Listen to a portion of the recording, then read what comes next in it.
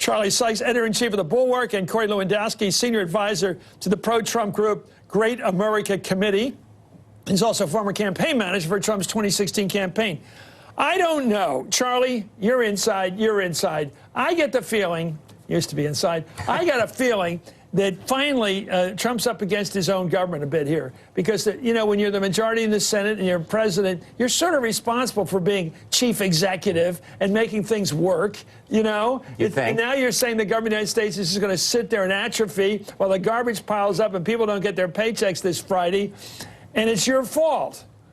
Yeah. That's a crack in the cement, I think. Your thoughts? And for the wall that Mexico is going to pay for, that is now what basically a Venetian blind. Look, the wall is a depreciating asset for the president because it's a costly, unnecessary boondoggle that would be ineffective, that he is surrounded with a bodyguard of lies because he's constantly changed the rationale for it, the nature of it.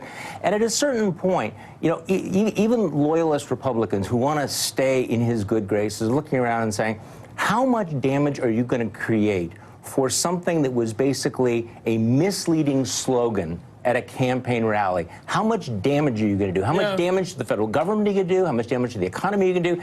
Are you going to provoke a constitutional crisis over really what was a symbol that the more you think about it, it's not going to stop illegal immigration, it's not going to deal with drug dealing, it's not going to have anything to do with people who overstay their visas, but he is committed to it, and that's where we're at right now. And I think it gets worse as time goes on. Corey, what is Trumpism? Because part of it is get off my back. You know, we don't like Dukakis, we don't like Mike Bloomberg and his 16-ounce Cokes. Just get off of us with the nanny. Stop telling us what to do. And here Trump talking about eminent domain. He's going to get down along the border of Mexico and start grabbing land down there from private ranchers and saying, I'm putting up a concrete wall whether you like it or not. That doesn't sound like... Oh, steel, right. Steel. That's the Democrat alternative.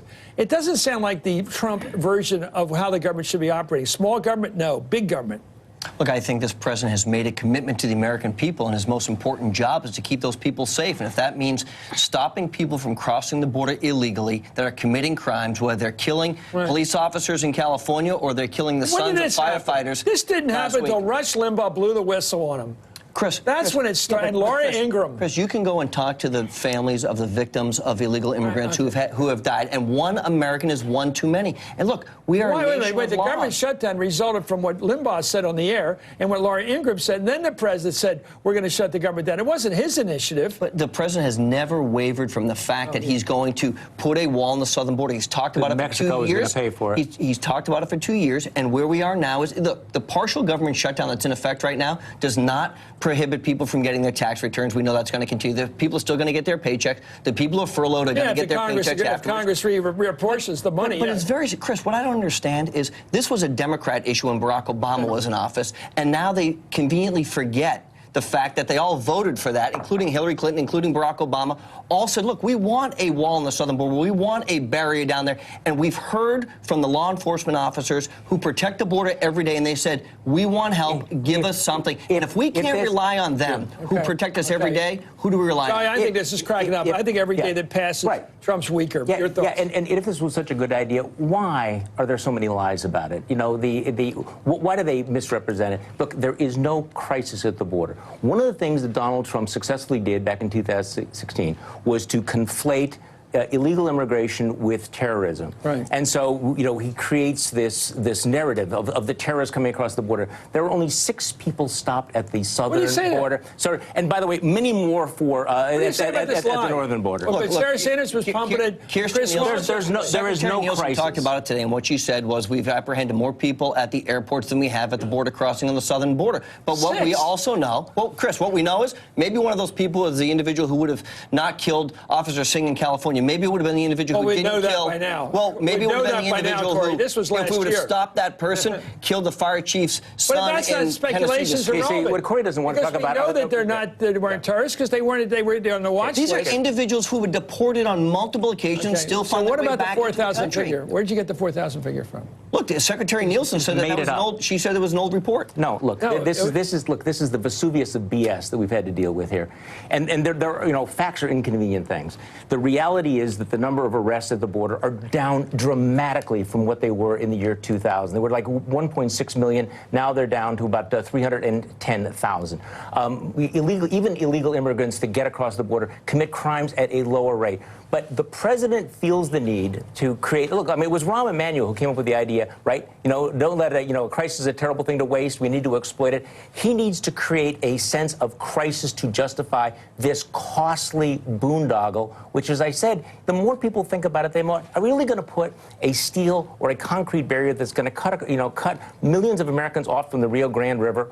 Are we really seriously now sitting here talking about the military coming in and enforcing eminent domain? Do the Republican Party want to preside over soldiers taking away in Americans' private property? Barack Obama's own government accountability study in 2011 said 25,000 homicides, 42,000 robberies, and 70,000 sex offenders were committed by illegals coming into the country. Over what period of time? Over what period of time? That's Barack Obama's own GAO study. Now, we can question that if we want to, but those are the numbers that GAO came up with. You support his action if he goes to the military? Absolutely, unequivocally. Okay, that's the crisis. That's the constitutional crisis. That may be a constitutional crisis. He's the commander-in-chief under Article 2, Section 2. He has full authority over the U.S. military. We have a constitutional system in which the Congress has the power to appropriate money for the president. To assert that authority would be a massive power grab. It would create a constitutional crisis, and I think it would be an impeachable offense. Okay, let me ask you this. He has to answer to no one about that, Corey. No, he ultimately answers the Supreme Court. And if a federalist judge wants to come in and prevent the president from using the military on the southern border, then let's take it to the Supreme Court and let them rule on it. But right now, it's unequivocally clear.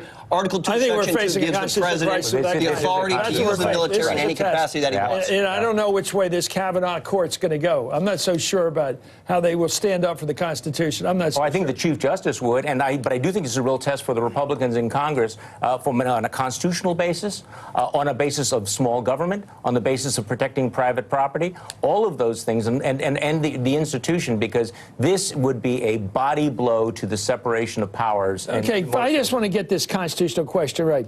Corey, your argument is Pelosi won't budge on building the wall. They can't get it through the Congress, so the president can build the wall anyway.